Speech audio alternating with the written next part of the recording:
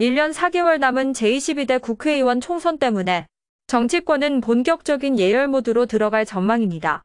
윤석열 정부 집권 2년차 말에 치러지는 총선은 여야 모두의 사활이 걸린 건곤일척의 승부일 수밖에 없기 때문입니다. 조용국 기자입니다. 여소야대 한계를 절감한 여권은 총선 승리로 국정 운영 주도권을 잡아야 후반기 선거를 토대로 정권 재창출에 교두보를 놓을 수 있습니다.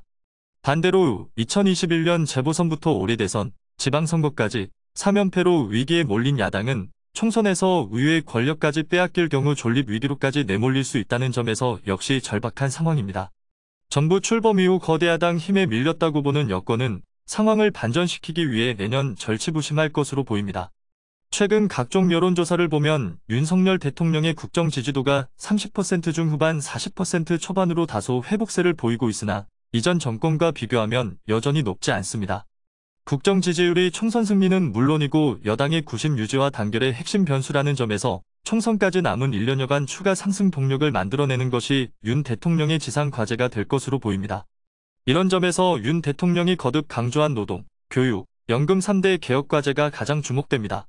대통령실은 최근의 지지율 상승에 화물연대 파업에 대한 원칙 대응이 국민에게 반향을 줬다고 보고 이런 연장선상에서 윤 대통령의 3대 개혁과제 추진이 가속화할 전망입니다.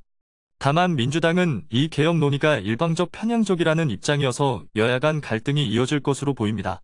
권성동, 김기현, 윤상현 의원과 나경원 전 의원 등이 친윤 후보 자리를 놓고 각축을 벌이고 있고 범친윤계 안철수 의원과 비윤석열계인 유승민 전 의원의 행보에 관심이 쏠리고 있습니다.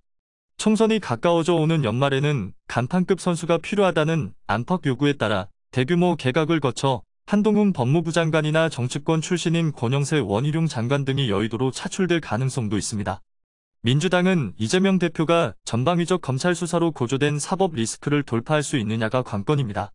당내 비주류 출신인 이 대표는 이른바 개딸 개혁의 딸로 불리는 강성 지지층을 기반으로 빠르게 당을 장악하는 데 성공했지만 친문재인계를 중심으로 한 당내 일각의 반 이재명 정서도 여전히 잠재해 있습니다.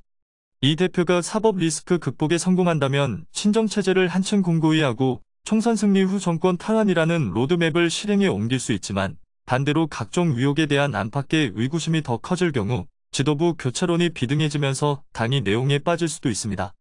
이른바 비호감 대선과 여야의 극한 대치 속에 등을 돌린 중도층과 부동층의 향배도 관심사입니다. 양당 모두 당장은 당내 주도권 확보가 더 중요해 중도 확장보다는 지지층 결집에 무게를 둘 가능성이 큰 가운데 일각에서는 주도권 싸움에서 밀린 세력이 활로를 모색할 가능성도 거론됩니다. 그러나 양당 체제가 공고해진 여건상 과거와 같은 제3지대 돌풍이 불기는 현실적으로 어렵다는 분위기입니다.